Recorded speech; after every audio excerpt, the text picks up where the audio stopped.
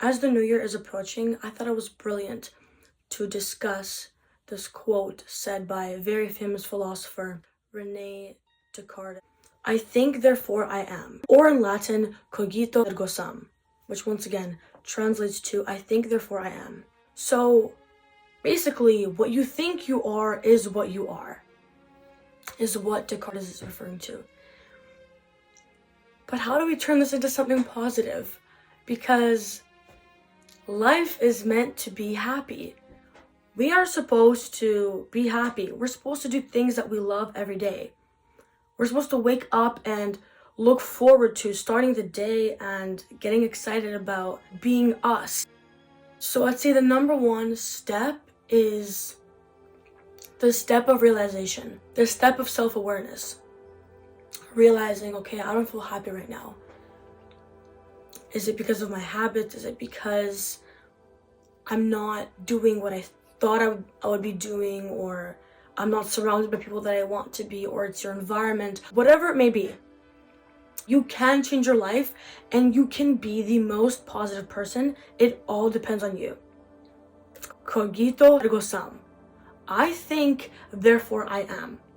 If you think you're depressed, if you think you're unhappy, if you think you're never gonna achieve anything and you're not gonna become a happy person, well then good luck, because you're not going to.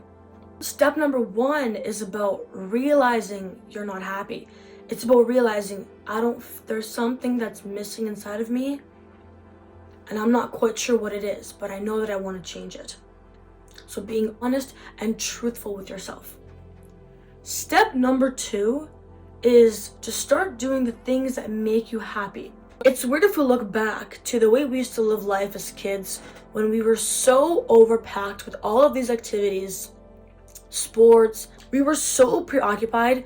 We didn't really have time to sit there and think, well, what is life? Well, what am I doing with my life? Well, you weren't in that time of life, and that's okay, and that's perfectly normal.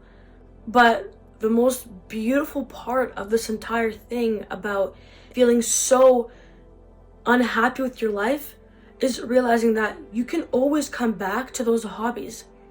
They didn't go anywhere. You can always come back to playing your favorite sport or doing the things that you once loved doing as a kid. How beautiful is that realization, right?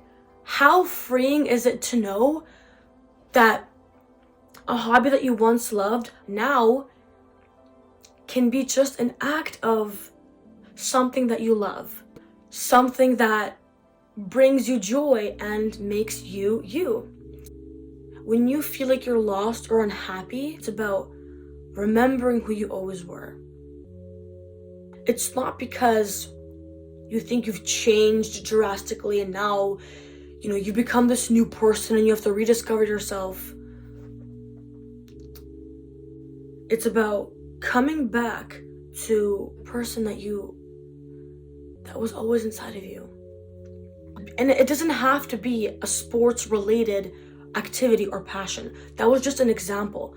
I really love to read books. A lot of books. Why not grow your imagination and live like a kid again? So I would say number three is the most tedious and difficult one to achieve, but it is the most efficient and long-lasting.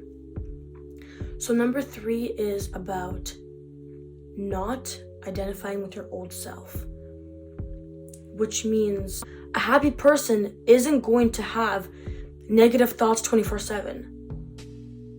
Yes, those thoughts are going to appear, and you're going to have urges to perpetuate this cycle of negative thoughts, right, and build on them. But would a positive person do that? No. Next time you have a very negative thought, ask yourself, would positive me really give this thought attention? No. We're going to remove, disregard, and ignore this. Next.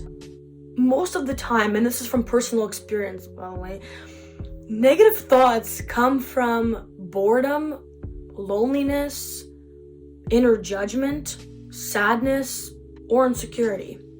This ties back to metaphysics, because if we think, okay, what is the nature of our being? Who are we as human beings? What is life? To know any of that, one must be connected with himself. But you're never gonna get there, or it's gonna be really hard to get there if you keep thinking in a pessimistic way. Number 4 is my favorite. It's to stop caring what anyone thinks. You don't need anyone's approval to do anything. Most of the time, when you are afraid to take a step, you think, oh, like, they're gonna judge me, and what are they gonna think of me? I'm sorry, what are you doing right now? You're gonna stop whatever you wanna do in your own life just because you're worried what someone else is gonna think of you and judge you? You think people care? Do you really think people care that much? Here's a secret. They don't. Nobody cares unless you think they care. When you think somebody else is judging you, what that really means is that you are judging yourself. You are judging yourself because you're afraid of messing up. If nobody else was around to witness this grand, embarrassing act of conduct you're about to do, would you still go or would you stay at home? We have one life as human beings. You're gonna spend it being safe by being boring and ordinary? This is why weird people stand out, because they're not afraid to be themselves. Why is confidence so attractive and magnetic? Because the person that is radiating that understands that they don't need anybody's approval to act and be whoever they are, because they know who they are. Number 5 is meditating, or getting into the practice of meditation. The act of meditation is so profoundly grounding, and it helps alleviate any negative pain, doubt, or worry that you're having. It is the most simplest way, without buying or purchasing anything, to sit with yourself and come back to yourself. Life is to be explored. Life is to be lived. So do the things that you love. Stop doing the things that are not making you happy. We're all the same. We're all human beings. We're all the same. We all get lonely. We all get sad. We all just want to be happy. But being happy in the long term is never going to come from negativity. I hope that my video gave great insights and ideas on how to be a more happy person. Stay blessed.